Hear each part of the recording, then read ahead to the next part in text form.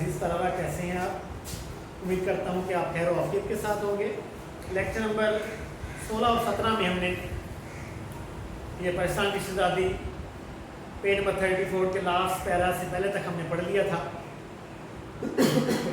آج lecture number 18 میں page number 34 34 اور پیرا نمبر لاسٹ۔ اب بہن بادشاہ بیگم نے، جن کا نام زمرد پری تھا، توشہ کھانے والیوں کو حکم دیا، یعنی کہ سامان رکھنے والیوں کو حکم دیا کہ شہزادی کے کپڑے لاؤ۔ کشتیوں پر کشتیاں تھان پہ تھان آنے لگے۔ کپڑوں اور گوٹا کناری کو دیکھ کر میری تو عقل جاتی رہی۔ عقل جاتے رہنا، ہوش اڑ جانا۔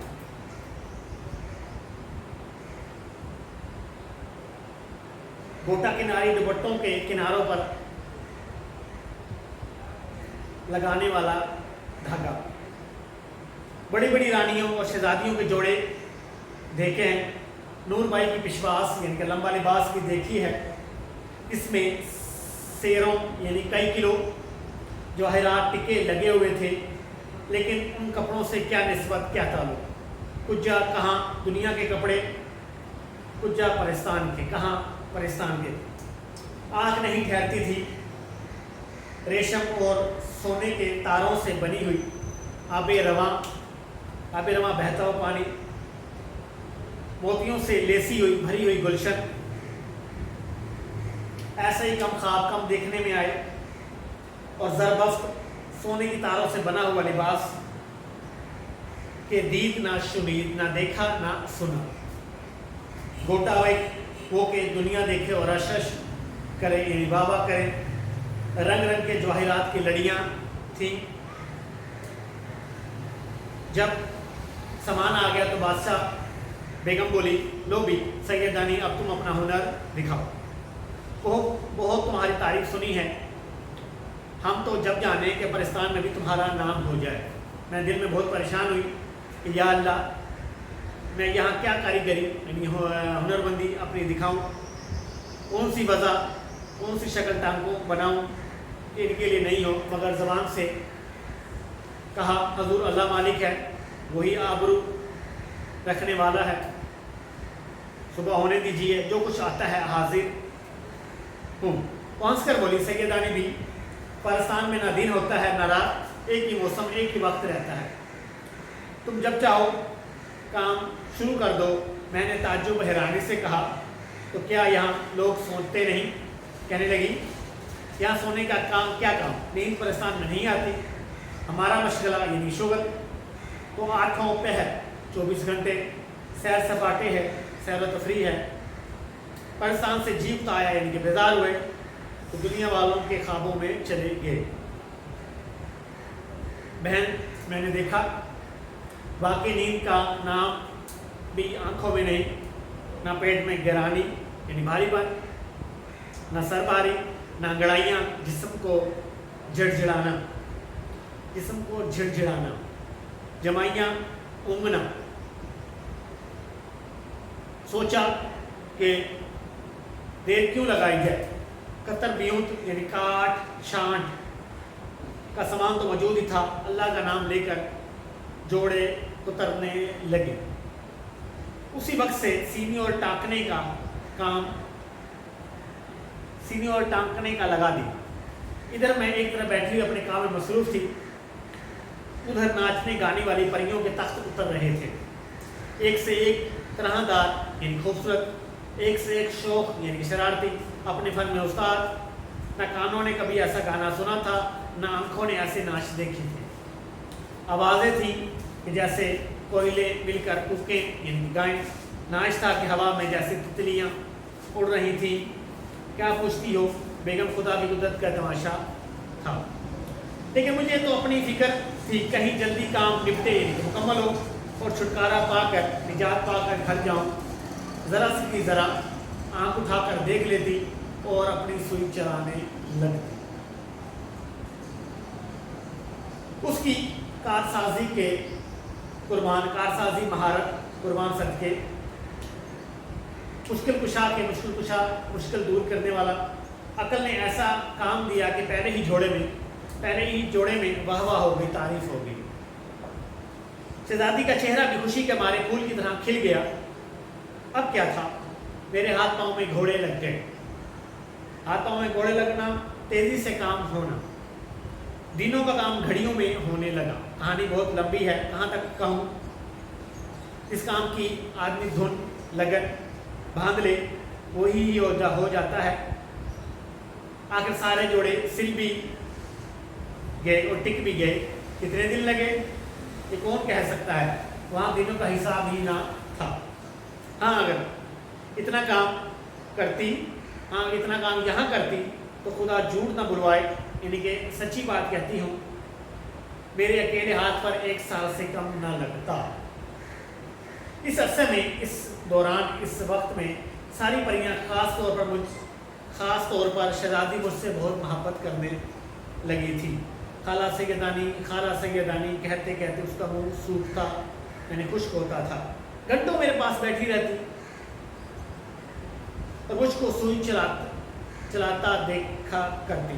تم جانو پاس رہنے کا بڑا اثر ہوتا ہے۔ مجھے بھی اس کی بھولی والی شکل پر پیار آتا تھا۔ اگر دل کو کیا کرتی یہ نگوڑا تو یعنی کہ نکما تو یہاں پڑا ہوا تھا، یعنی کہ یہ تو دنیا ہی میں لگا ہوا تھا۔ گھر کی یاد چین نہیں لینے دیتی تھی۔ آئے اپنا کھنڈلا یعنی کہ معمولی گھر پرستان میں بھی نہیں بھولا۔ آخر جب سارا کام ان کی مرضی کے مطابق ہو گیا تو میں نے کہا حضور خدا نے مجھے سرخروب کیا، کامیاب کیا۔ مولا نے میری آبرو عزت رکھ لی۔ سرکار کی شہزادی کی شادی اور شہزادی کو یہ جوڑے پہننا مبارک ہو۔ اب لونڈی خادمہ کو رخصت کیجیے۔ بادشاہ بیگم بولی سیدہ نے بھی ہمارا جی چاہتا ہے کہ شہزادی کی شادی دیکھ کر جاؤ۔ سچ کہو میرا جی بھر آیا، دل مچلنا، یعنی کہ میرا بھی دل کر رہا تھا کہ میں یہیں رہ جاؤں، مگر سوچا سیدانی دیوانی ہوئی ہے، تو خاکی یہ آتشی، یعنی کہ یہ خاک سے بنے ہوئے ہیں اور تم آگ سے بنی ہوئی ہو، زیادہ میل یعنی کہ ملاقات اچھی نہیں، تو ذرا سی دیر میں بگڑ بیٹھی تو جلا کر خاک کر دی۔ یعنی کہ تھوڑی سی اگر انبن ہوگی کسی بات پر یا ان کی مرضی کے مطابق کام نہ ہوا، ان کو غصہ آ گیا تو انہوں نے تو تمہیں جلا دینا ہے اور پتہ بھی نہیں چلنا تمہارا، تو بہتر ہے گھر جاؤ، بھاڑ میں جائے، آگ لگے، پرستان اور پرستان کی شادی، چل اپنے گھر چل۔ ہاتھ جوڑ کر عرض کیا، ہاتھ جوڑ کر منت کر کے کہ شہزادی کی شادی آپ کو جم بہت بہت نصیب ہو، مجھے تو جانے دیجیے۔ یہ سن کر شہزادی کی آنکھوں میں آنسو بھر آئے۔ وہ بولی سیدہ نے بھی تم کیوں جاتی ہو، ہمارا دل اڑتا ہے، دکھتا ہے، نہ جاؤ، یہی رہو۔ میرے دل پر میرے کلیجے پر چوٹ سی لگی، دل برا ہونا، یہ بار بار کہہ رہی ہیں۔ بڑی مشکل سے اپنے آپ کو سنبھال کر بولی سیدانی تم پر باری قربان بیوی، تم اپنا جی بھاری نہ کرو، پریشان نہ ہو، تم بلاؤ گی تو 100 دفعہ آؤں گی، یعنی جتنی بار کہو گی اتنی دفعہ آؤں گی، اور ایک اچانک دنیا نہیں چھوٹ سکتی، مٹی میں خوش رہتی ہے، یعنی کہ دنیا مٹی سے ہے تو ہم بھی مٹی سے بنے ہوئے ہیں، تو اسی میں ہم خوش ہیں۔ شہزادی تو کچھ خفا اور کچھ رونقتی یعنی رونی صورت بنائے ہو کر اٹھ کر چلی گئی۔ بادشاہ بیگم بولی اچھا سیدانی بھی تمہاری مرضی، جاؤ خدا حافظ، اور اسی کلموئے کالے منہ والے بکر گدھے کو حکم دیا کہ سیدانی بی کو ان کے گھر پہنچا دے۔ خبردار جو راستے میں کسی قسم کی شرارت کی، اور دیکھو جو انعام و کرام سیدانی بی کو بادشاہ نے دیا ہے وہ سب پالکی میں رکھ لینا۔ دل میں خوش اور ظاہر میں بصورتی ہوئی، یعنی کہ رونے ایسی صورت، سب سے رخصت ہوئی۔ وہی پری ذات جو مجھے پالکی سے اتار کر لائی تھی ساتھ لے کر چلی۔ پھاٹک یعنی بڑے دروازے سے باہر پالکی موجود تھی، مردوں کسی وضع شکل کا آدمی پاس کھڑا تھا۔ میں پالکی میں بیٹھی اور دم کے دم دیکھتے ہی دیکھتے پالکی ہوا سے باتیں کرنے لگی، یعنی کہ بہت اونچا اڑ گئی۔ پالکی میں بیٹھ کر میں نے ادھر ادھر دیکھا جو پرستان کے بادشاہ نے انعام و کرام، انعام تحفہ